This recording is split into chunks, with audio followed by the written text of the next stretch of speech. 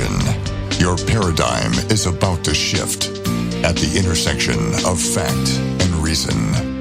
You're entering Kingston Country. I'm Dan Kingston, and you're listening to the Dan Kingston Podcast. Marine Combat Veteran Sergeant Barraclough, thank you for coming back on the Dan Kingston Podcast. I understand Pensacola is your hometown, is that right? Yes, it's my hometown. It's where I live now. You live there now, and you also grew up there? Yes. I was born in the Pensacola Naval Hospital. Where is that in relation to the base? The Pensacola Naval Hospital is probably about 1.5 miles, 2 miles from the base. So this is really your backyard. And when something like this happens, I think whenever it happens, it's crazy. But when it happens in your backyard like this, and it's in CNN and it's on all the news, the mainstream news, it's surreal, isn't it? Right. Oh yeah, absolutely. It's one of those things where, when I first found out about it, I was like, no way. It's just something that you don't expect to happen. Especially in the area that I live, and being down here in Pensacola, we have a really good area. It has some of the, petty crime stuff, but, it's not an area of the state of Florida where you would expect, big crimes like this. You told me something incredibly shocking off the air. It was shocking to me. This base has training international students as a core part of its mission, this base in Pensacola. You have experience with that, right? Right. So I was in the military for 14 years, 8 of it in the Marine Corps, and then 6 in the Army. And throughout my time in the military, we always had on post. Not every base across the country will have, foreign soldiers or airmen or like that training on their post, but a lot of the bigger bases that are training facilities, like here at NAS Pensacola for the Navy, obviously there's a lot of aviation training here. In Fort Sam Houston, it was, medical training when I was in the Army. So there's a lot of the other bases across the country will have the same thing where we bring in Air Force guys or Army guys from other countries and train them exactly. Our instructors that trained us are the same instructors that are training them. And in a lot of the classes, it's integrated. So it'll be American military with, in this situation, the active shooter at NAS Pensacola today was Saudi Air Force. So it'll, in some situations, and I'm not sure exactly what this class situation was not having been there, but in some situations you'll have these international military guys that are there in the same class with American military. So it's integrated. You were in a class with the foreign military being trained alongside you. I was, right. So at Fort Sam Houston, and I was in training there for medical, and then I was stationed there for a little while. We had international soldiers there training to be, medics, physician assistants, X-ray techs, lab techs, and stuff like that. So, and what you said was just it blew my mind. I think others would be shocked to hear. You told me off air that 1 or 2 of these international students might go missing once a week, every week? Right. So in the Army, we call it AWOL, absent without leave. In the Marine Corps, we call it UA, unauthorized absence. So regardless of, what terminology you like to use, they were absent without leave from their position there on the base. So how it works is we bring in students, military members from other countries to train. Okay. They get the same benefits of being in the United States as we do. So they have constitutional rights now because they're here legally, invited by our government to train. And they get the same treatment that we get. So if it's a weekend and everybody's off, they're off. So if we can go off post and, go see the sites or whatever the case may be, whatever we want to do, they can do the same. They would be missing if they don't come back when they're supposed to be back, then they're classified as missing or AWOL? Yes, that's correct. And that would happen on a weekly basis, you're saying? Yeah, I mean,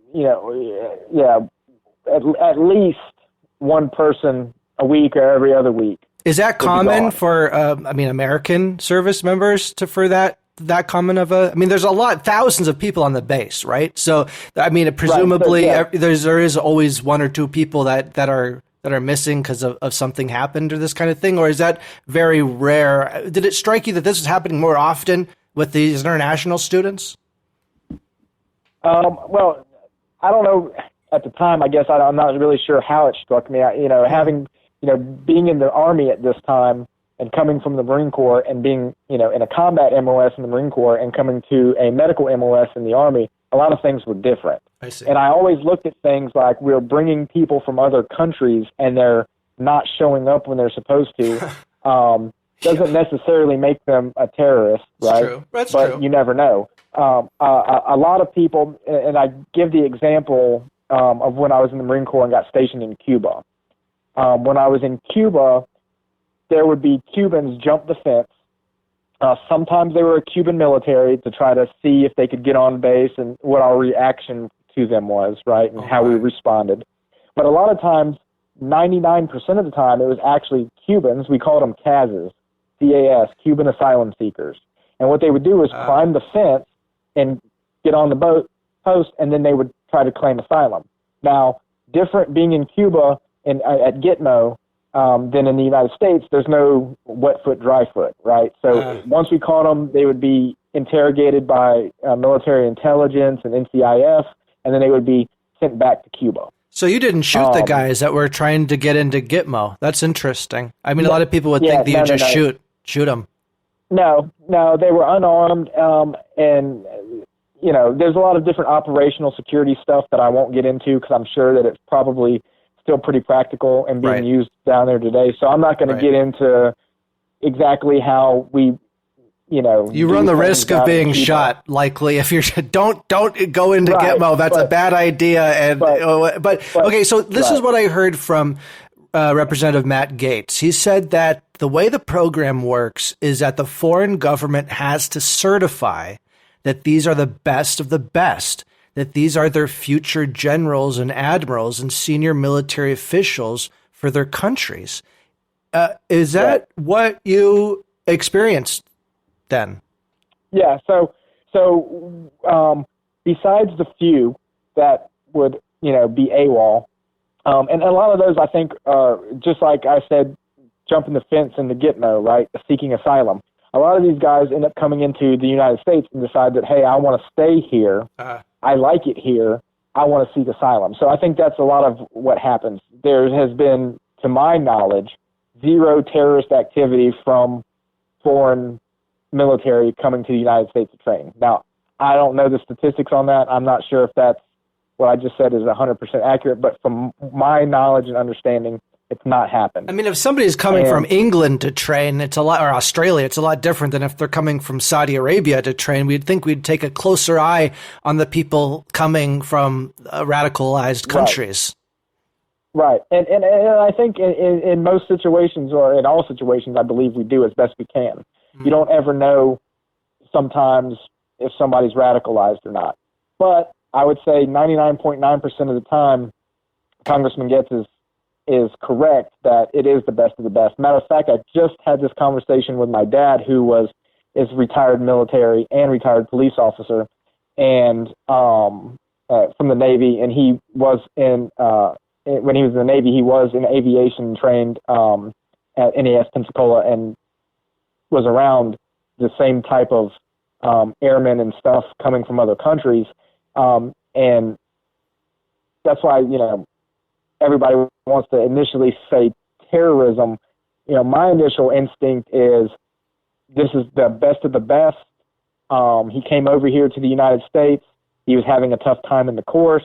He was probably flunking out of the course, and this the kind of stuff happens. Because if I'm in the military and I go into a program and I fail, they just reclass me to something else and send me to a program that they think I could pass. I'm still in the military, no harm, no foul.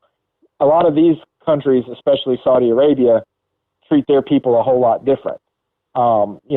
If somebody on post were to leave post and go and get drunk and get a DUI and get dropped from a program because of a criminal act and then get sent back to Saudi Arabia, it's probably off with your head.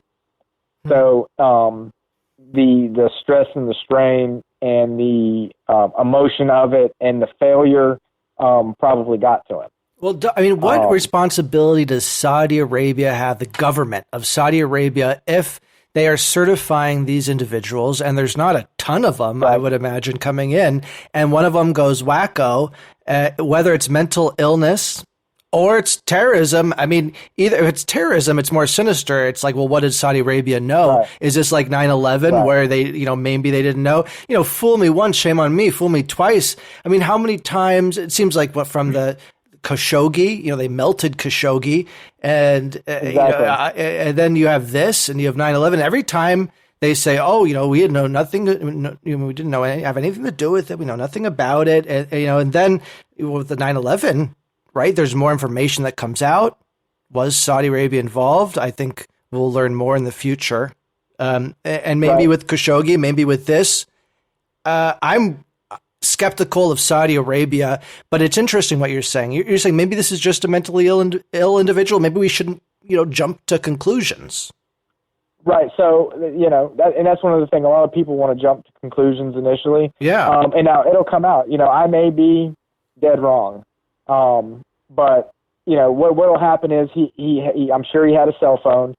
NCIS, now the FBI, will have the cell phone. They'll be able to track any of his communications with anybody that he was talking with, whatever websites he's been on, whatever email addresses he has will be cracked. But Sergeant, will they tell us? Would they tell us if he was in communication with like a rogue element of Saudi Arabia government? The evil prince over there that they don't tell us about that was involved with 9/11 or what have you. I mean, I don't want to sound like a conspiracy theory nut, except I kind of am. But if they did find that communication, would that be top secret? Good question. Anything that they find initially will probably be top secret. So the question is, should it be declassified and told to the public? Right. My answer to that is I believe so. If this was an actual terrorist action that happened on a military installation, especially one here in my hometown, I want to know about it. Right. But will they? And that's the question. They're going to, if there was a common area in the barracks and there's a whole bunch of computers there, they're going to probably take all the servers from those computers and get into them and do, 'cause I don't want to peddle conspiracy theories and this kind of thing, but my understanding about 9/11 is that there's at least classified stuff that suggests an element of the Saudi Arabian government, whether it's an individual or a group of individuals within the government, acted and may have participated in 9/11. I mean, there's a lot of conspiracy theories going along, but this one seems credible to me, and I don't want to push conspiracy theories that I don't feel are credible. It feels like Saudi Arabia had something to do with 9/11 that's sneaky, whether it was a part of the government that's, every government has a sneaky part of it, right? I mean, different, but we have the deep state, it's very complicated, but we deserve to know, right? We deserve to know. Osama bin Laden worked closely with the government in Afghanistan. He was found in Pakistan, right down from a military training facility. There's a lot of people in Pakistan that helped him hide, even though they were saying that they were on our side and looking for him and all this. Yes. And it wasn't true. 13, a majority, most of the hijackers, I think all but one, came from Saudi Arabia. You don't have that many Saudi international terrorists in a country training for the biggest terror attack in human history, and their government not know about it somewhere along the lines. Right. More people knew about 9/11 than we know, for sure. Now, the American people know. Our government knows more about 9/11 than they're talking about. Right. So I would bet that 100%. Right. And it goes back to my time in Afghanistan. When we were leaving and we were in Pakistan, it's a funny thing about Pakistan. We were off the coast of Pakistan, and we took a big hovercraft called LCACs to the carrier from the beach in Pakistan. And on the beach in Pakistan, there was tons of trash. And I still have it. I found it. It was a candy wrapper. A small little candy wrapper, like a little warhead or a gobstopper would come in. And it had Osama bin Laden's picture on it. What?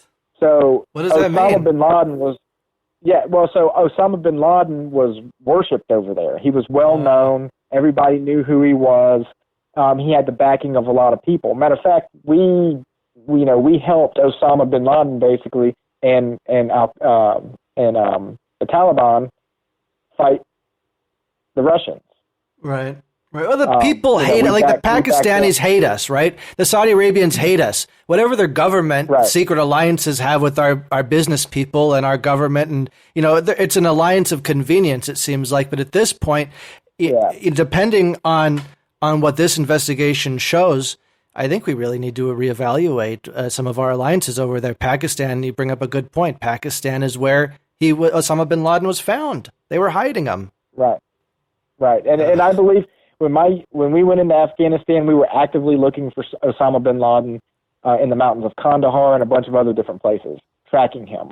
But within probably a month or two of the war actually starting with troops on the ground, Osama bin Laden was probably already in Pakistan hiding out. So he was there for a long time. He was there pretty quick when the war started, and he was there for a long time. People knew about it. Pakistani government knew about it. They just didn't say it. That's why we had to run covert ops into another country without them knowing it. Otherwise, Osama bin Laden would still be alive. Because had we tipped off the Pakistani government that we were going to do that operation, he would have been gone from that compound. So I want to circle back around to the international students going missing that you would notice. Do you think that's something that Americans should be shocked about? Is that something that needs to be investigated? Well, I think that the policies that govern these trainees coming from other countries needs to be evaluated. I think that the process probably needs to be evaluated and trained, or evaluated and changed for the way that they come over and train. They're not American. They're from another military. And like you said, we have an alliance of convenience, and it's really an alliance of economics. If it wasn't for economic reasons, then there wouldn't be any convenience. You know that expression, like keep your friends close, but your enemies closer, that kind of thing. Is that what we're doing with Saudi Arabia? Are they a fake friend? Are we pretending to be their friends because we know that? Are we both pretending to be friends? Yeah, I think so. And like I said, it's all about the money. It's oil, mainly. I mean, Saudi Arabia has a lot of oil. Probably not as much as they claim to have, but they do have a lot of oil. The price of oil, or whether or not we're getting it or having to pump our own and use our own reserves or whatever the case may be, has a huge effect on our economy. And it's much better for us to be friends, or at least fake friends, with Saudi Arabia when it comes to the economy than enemies in the open. But we should hold them as accountable as we hold Iran, or as we hold Russia, or as we hold Ukraine. So any of these countries don't do the right thing. With North Korea, same thing. I want to ask you about guns on military bases, which is a hot button topic that it comes comes up when something like this happens. And would that have prevented this or is that something, I mean, like for instance, in Israel, they're all armed all the time. Would that be a solution? Or, I mean, you've been on military bases. Would you feel safer or less safe if everybody had a gun? Well, I am extremely pro Second Amendment. Former military. I'm also a former law enforcement officer for a little while before I got into medicine. So I'm pro Second Amendment, and I believe that the only way to stop a bad guy with a gun is a good guy with a gun. Mm-hmm. It's a cliche saying, but it's true. Right. The problem that you have on military installations, I don't necessarily think is a firearms issue as much as it is, like you said, maybe a lack of the firearms or lack of firearms in the appropriate people's hands. There are certain people on there are more firearms on the military installations than people know. What do you mean by that? When people obtain a certain rank, like staff sergeant in the Marine Corps or chief in the Navy, and they're up to master sergeant or master chief, or officers generally are allowed to check their firearms out of the armory to go shoot on their own or whatever the case may be. Or they may also be authorized by the commander at a certain rank, and depending on where they're at, to carry a firearm at all times. One of my master sergeants when I was in the Marine Corps, we had an incident on base, and he reached into his desk drawer and pulled out a .45 caliber handgun and stuck it in his waistband and went to a scene of a shooting that we had on post at Camp Lejeune. Did that surprise you that he had it? Was it a surprise he had it in his drawer like that? No. We knew he had it. There's several people that always had firearms on post. It's just known. So it is known that some people have. So it's not like this picture that they paint where it's completely defenseless. Nobody has a gun. Because in all the articles, they say guns are not permitted on the military base. They don't give us. So should more people be permitted to carry guns then that are qualified? And should? Absolutely. I think that you should have to show proof, just like you did to get your state concealed carry permit or whatever, that you're proficient with a firearm and the background and all this different stuff. And obviously you probably want to have a system set up where when you go onto the federal installation, you go right to the provost marshal's office or the police department or whatever they call it on whatever particular base you're on, and show proof of all that and actually have it registered with the base if you're on and off the base all the time. So this should apply especially to the military personnel. Look, it seems like we've been very blessed. It's been a while now that ISIS has been cracked down on since we've had some of these incidences. And again, I'm not saying that this is necessarily terrorism, okay, but it happened on a military base and it's a Saudi national. So of course, it's a possibility. Do you see that the risk of terrorism is going up or going down? I'm worried that it's been so quiet. Right. Does that strike you? Right. So I think here's the thing, and this is what I believe. I think the days of big 9/11 type terror attacks are over. Not that they can't happen, and not that it won't happen again, and we should just forget about them, because we shouldn't. We need to stay vigilant. Right. But it's I think the terrorists have figured out, just like overseas when they're planning these improvised explosive devices to go off later on, or sending in a single person, the lone wolf terrorist is going to be the single biggest threat, because the lone wolf terrorist is going to be the hardest one to find and track. Yeah.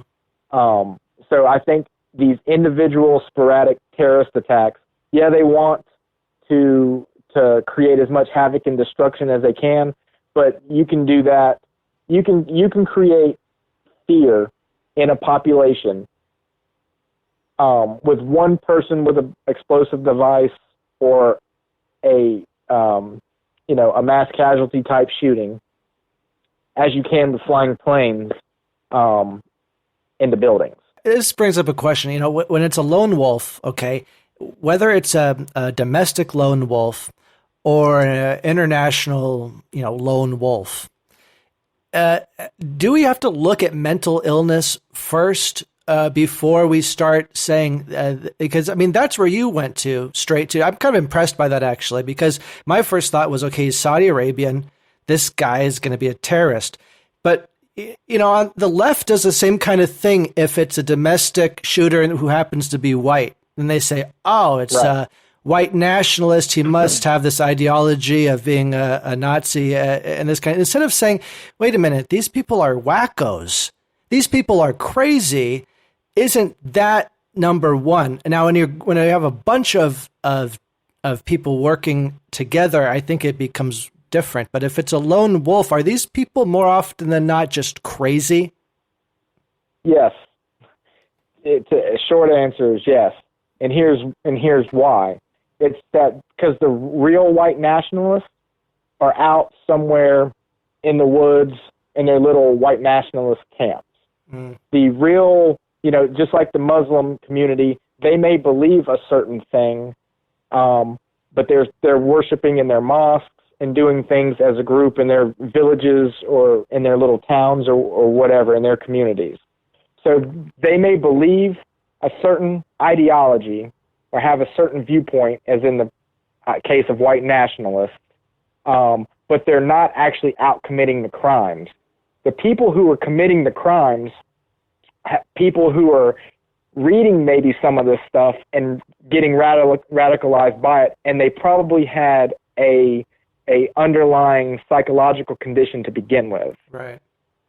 So they have a psychological condition, they get radicalized, they get these ideas in their head, and now they believe that they're carrying out the will of either Allah or white nationalists or whatever the case may be.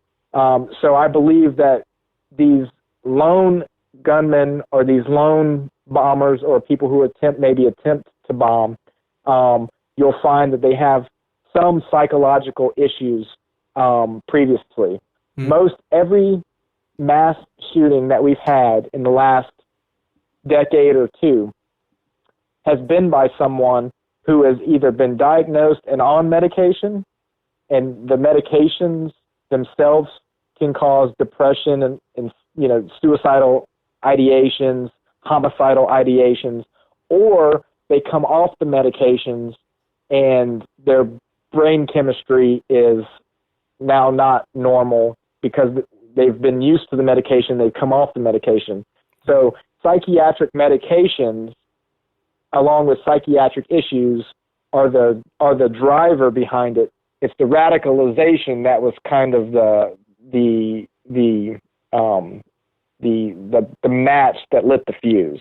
I agree 100%. I think that's spot on. Marine combat veteran, yes. Sergeant Barraclough, thank you for coming back on the podcast and sharing these wise words. I think we covered a lot of ground. I think this was really insightful, and I haven't turned on the news today. I haven't watched it. I've read some articles, but I don't think they're talking about these things that we're talking about in depth like this because they go to a commercial break. We covered so much ground, and I'm really thankful. So thanks for coming on. Hey, no problem. Appreciate you having me back. Kingston Country. You've been listening to the Dan Kingston Podcast.